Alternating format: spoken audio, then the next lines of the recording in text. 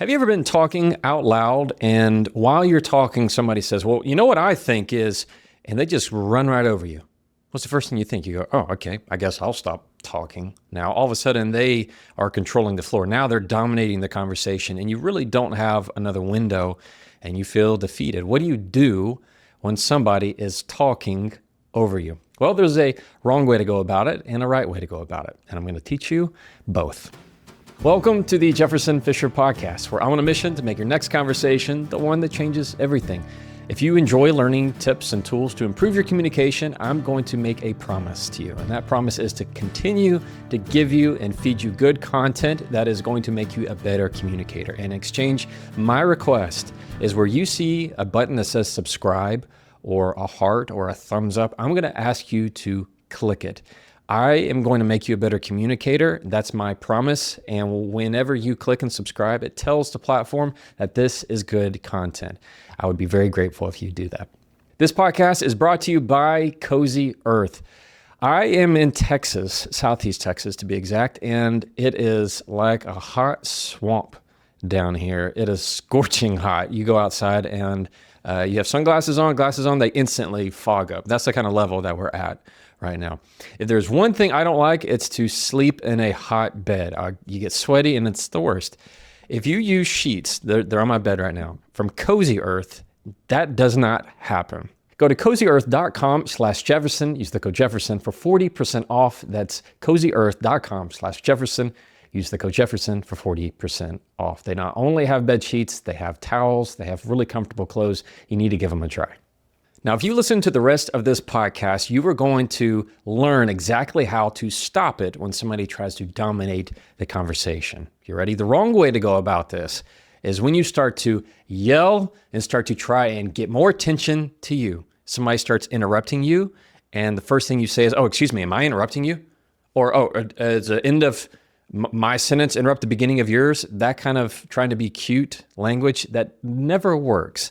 Let me tell you why it doesn't work. Because it makes you look desperate.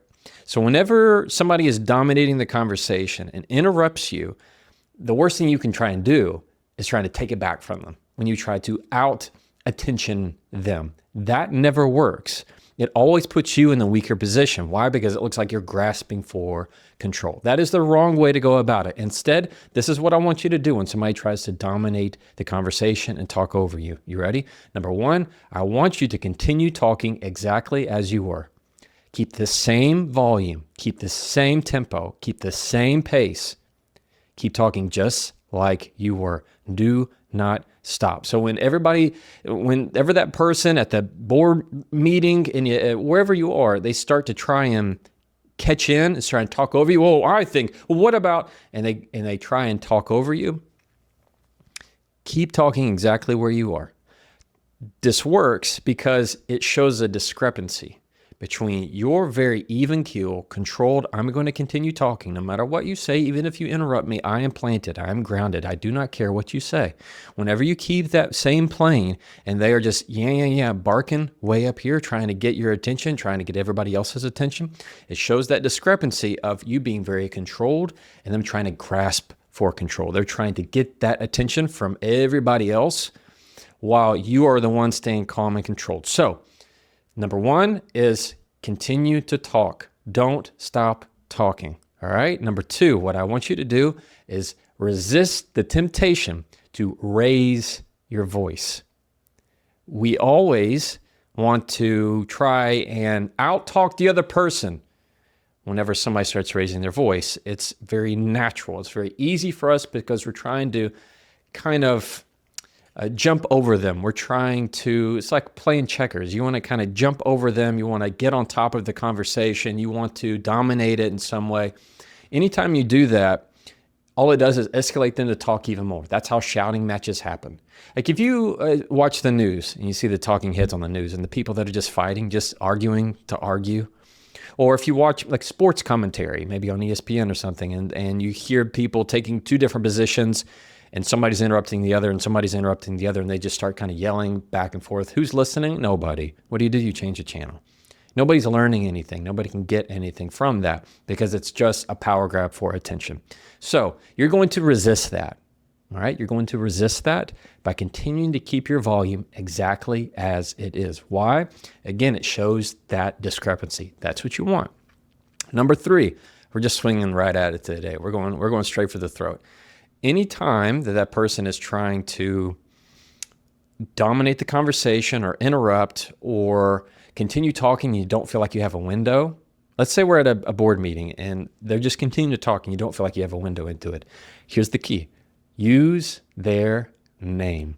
People love to hear their name. There's no sweeter sound than the sound of their own name. So if they're talking and they're droning on and they've kind of taken away the conversation and gone on with their own voice and with their own subject, and they think what they're saying is the most important thing, I want you to use their name. Use their name. So let's say it's me.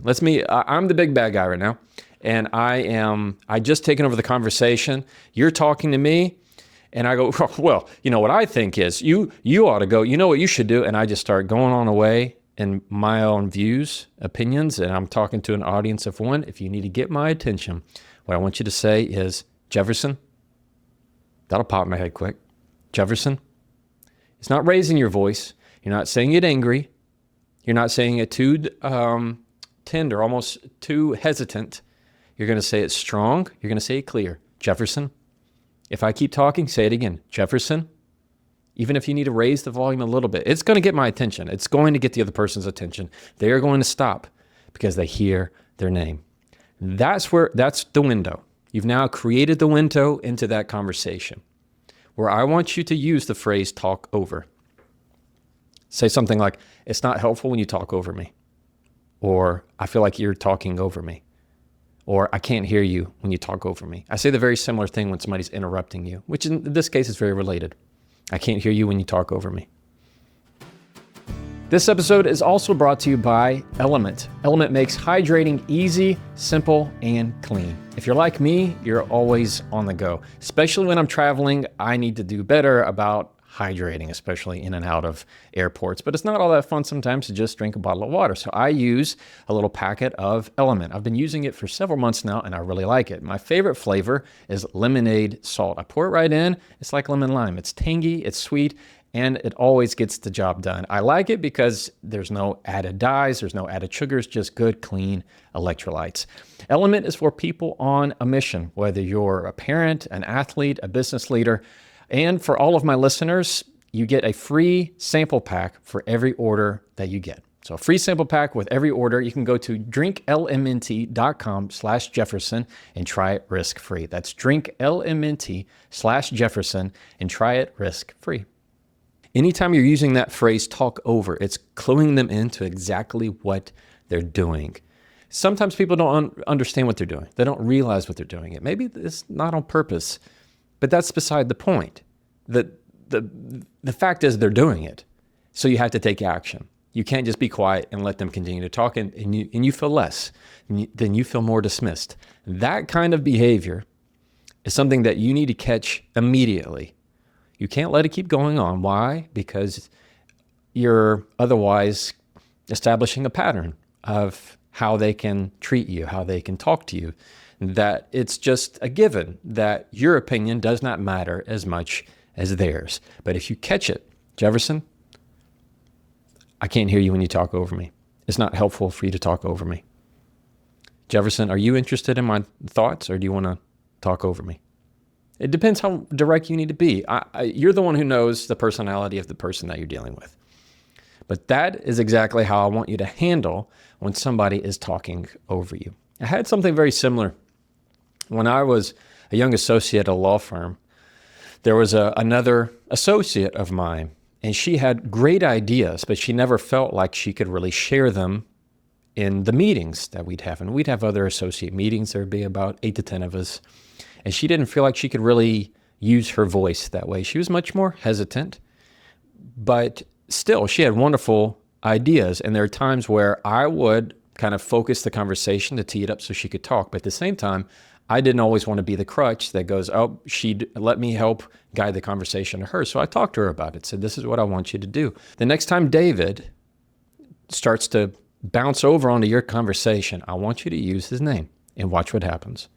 Sure enough, while she's given an idea of what she thinks we should try and do for the upcoming year, David immediately kind of goes on the attack. You ever had somebody who, in a meeting, specifically in a group, that just wants to always feel like they can go right for you? They can go right for you every time. That for some reason you're their scapegoat. For some reason you're the outlet for them. That they, as soon as you start talking, boom, there they go. Something about it triggers you, triggers them. It was the same way in this relationship. And so she started talking. Boom, David goes in. And first thing she did was continue to talk exactly how she was. What did it do? It didn't make her look weak. It made him look weak because it looked like he was trying to get in the conversation and she was totally ignoring it. Who we listened to? We started listening to her, not him, because it showed everybody in the room what he was doing was not acceptable as a group, as a community. He was now making himself kind of as the outsider. What she did next, as he continues to talk, is she used his name. She used his name and he snapped to attention. David, you're talking over me. That's all she said. You know what he did? Immediately apologized. Why? Because he's looking around and seeing everybody kind of agrees. Nobody was fighting. Nobody was sticking up for him. He's like, oh, you know what? I'm sorry. Go ahead. Never again did he do that.